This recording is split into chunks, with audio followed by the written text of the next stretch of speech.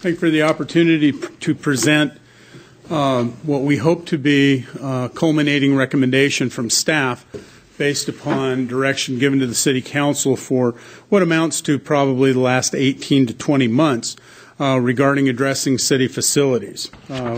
Staff has been working on this since about late 2015, early 2016. So I'll start with the narrative. We did a city facilities master plan in 2015. This was one of the several comprehensive and master plans that were completed by staff over the period of about 12 years, including the examples are the Parks and Rec Master Plan, the Multimodal Transportation Plan, Water and Sewer Comprehensive Plan, and City of Moscow Master Facilities Plan. The idea was to prepare enough information so that the council could move forward with adopting a strategic plan which would address the city's needs in the next 5, 10, and 20 years. So that was a stated objective of the council, and this was one of the plans supporting that strategic plan, which we then moved ahead with in 2016. That plan that was done in 2015 had a four-phase approach to addressing city facilities issues. The first one was the construction, and these numbers, these square footage numbers, are mostly a result of forecasting both growth rates of the department based on population and service increases, as well as numbers of employees that would be utilizing those facilities. So in the 2015, a 13,000 square foot police station was estimated about $4.8 million. Phase 2, and these were all in addressing the most high priority needs as shown by the facility study. Expansion and reconstruction of the city shop and associated office spaces. This is the city shop out adjacent to Polk Street. And as you know, we've talked about improvements out there for the past several years. As you can see, the price tag on that project fairly large, between 7 and 10 million. And even that number has been revised in some of the recent planning studies. Phase 3, construct a new city office building to replace the Mann building, which is undersized and near the end of its serviceable life. I'll talk a little bit more about this as we get further on in the proposal. It had been our assumption, based upon preliminary studies, that the Mann building was at the end of its useful life. The cracking, as you go over there, it's a cinder block building without any rebar, I believe, is what has been told to me. We hired a structural engineer to do an assessment of the building. It turns out that the cracking and the joint issues that you see are mostly superficial. And with grouting, that building can still serve the city for many years into the future. So that means something as well. It allows us to utilize a facility that we previously thought was heading toward obsolescence, and it turns out that it does have a serviceable life that will continue to serve the city. And Phase 4, remodel the City Hall basement. As you know, we are tight for space in City Hall based upon the configuration of this building as a federal courthouse and post office. It doesn't lend itself terrifically to an office building. We have needs of space for our Human Resources Department as well as our Information Systems Department. That estimate was about $700,000. Since that time, because of the extreme cost of that, Information Services has taken up temporary residence at the former administrative offices at the Egan Youth Center, and we've done a little bit of remodeling upstairs to allow HR to function as well. But those were the four main priorities as set out by the Facilities Master Plan. So the facilities study talked about the current police facilities, services facility, the police station, citing inadequate space, inefficient configuration, and limited access for emergency response.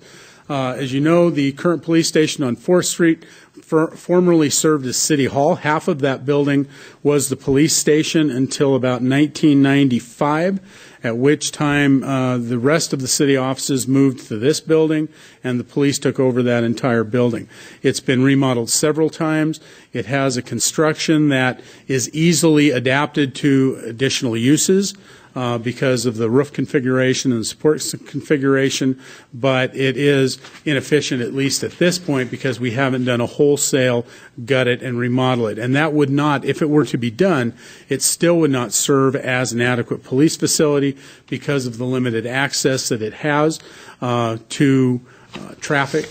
It's on a one-way couplet, the Washington Street to the north. If the police wish to respond to the south, they either have to go out 4th Street, across to Jefferson Street, back to 6th Street, and access the south in that way, or they can go down the alley between Main and Washington and get out that way as well in a highly traveled pedestrian area. So access is not very good in an emergency situation. Facility study also identified there was overcrowding, inadequate reception. By inadequate reception, it's not that the reception area is not utilized. It is utilized. However, it is not as safe as it could be. In a modern police facility, they have bulletproof glass. They have steel that protects the reception folks from any possible attack. Those are standard things that you have in police stations at this point. Meeting and storage space at the Mann building is also an area that is inadequate as well. In the Mann building, community development was deemed to be deficient by about 2,063 feet, or 54%, so it was less than half adequate by 2023. Engineering was projected to be 66% inadequate in that same period of time. This, of course, is only 5 years into the future. Information systems was projected to be deficient by 50% in 2023. Of course, we did adjust that by the temporary residents at the Eagan Youth Center. However, permanent residents having your information systems at a remote location when most of their work is done downtown utilizes a lot of burning up of personal time. Inefficiencies, when they were in City Hall, they could react to a lot of needs very quickly, and that's been taken away.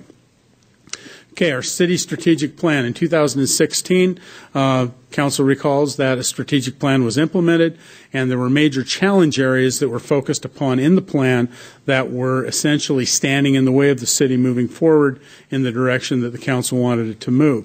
One of the top Tier 1 internal major challenge area was a deteriorating and substandard police facility, which is one of the reasons that the Council directed staff to do some work to determine how that could be addressed. So these were the issues that were identified in the strategic plan. Lack of a secure location, limited access on the 4th Street cul-de-sac, lack of sufficient space, and insufficient storage and evidence space. It seems that we are constantly having to find additional space for police records. It has to be secure space. Of course, evidence space is always at a premium, and evidence has to be held until either the case is over, the court directs that that evidence can be released. So space is at a premium on that single level police station on 4th Street. And if you've been in that, you can see it's been remodeled many times, still has hollow core doors, a lot of the things that would not be standard design in a modern police facility. Okay, as I indicated, the recycling center was also an area, and according to the memo in your packet, if you've reviewed that we had different areas in our recycling plan, or MCA, that we needed to deal with as well. One is to increase the overall capacity and capability of the city's recycling program and facilities, and then complete the city's facilities master plan, and then depending on the outcome of the master plan, procure a new recycling center site, new facility design that much better meets the city's needs into the future. And lastly, implement and promote participation in the single-stream curbside recycling program by January 2016. As the Council knows, we have proceeded with a roll cart garbage program.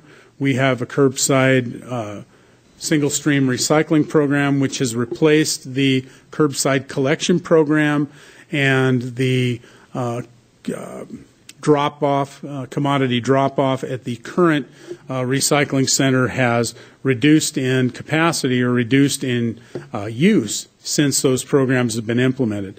The single stream recycling program does not involve the separation of commodities as it did before, does not lend itself to the site and a building that was designed for that separation program, storage of commodities, so on and so forth. In the single stream recycling program, the single stream recycling is taken to a site, it's baled, it's sent off to a material recovery facility or a MRF. You've heard Tim Davis talk about that into the past. So it's essentially a collection, processing, baling facility where then it's shipped out. That is a process that can be done almost anywhere. Having it done in a building that was not designed for it in the middle of a commercial residential neighborhood does not seem to be the best use. Secondly, as we'll talk about in a little while, we have a fairly robust plant materials drop-off, lawn and trees and that sort of thing behind the recycling center on Almond Street. This has always been deemed to be inadequate. We've fixed it a couple of times, redesigned it so it is as usable as it can be. It's used quite a bit, sometimes used by commercial establishments as well. That was not the intent for it, but it is utilized a lot. It is at the top of a vertical curve on Almond Street, meaning that visibility is somewhat limited to people traveling both north and south on Almond Street, creating issues for people backing into the facility or pulling out from the facility. So those are challenges that we have in that area. Okay.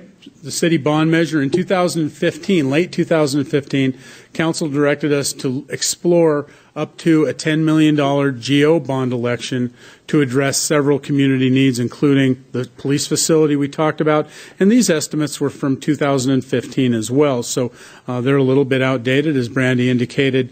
One of the things we'll talk about today is perhaps inflation of these because they are fairly complex projects. Fire equipment replacement. This was to replace aging fire trucks that we have in the city's fleet. The original plan was to replace 4 or 3 engines and 1 ladder truck in the bond election, and we'll talk about that a little bit in the future as well. Park development, that was an area the council, because we have undeveloped parkland, council wanted to address that, at least in an incremental fashion. Downtown infrastructure, it's been since about 1984, since, except for Friendship Square, that significant improvements have been done to downtown since the downtown LID was completed. And as you can see, as you know, if you walk downtown, that infrastructure is aging and needs to be upgraded or replaced. Now that the farmers market has taken up residence for 26 weeks on Main Street, we'd like to be able to address that in a way that complements that 26-day festival as well.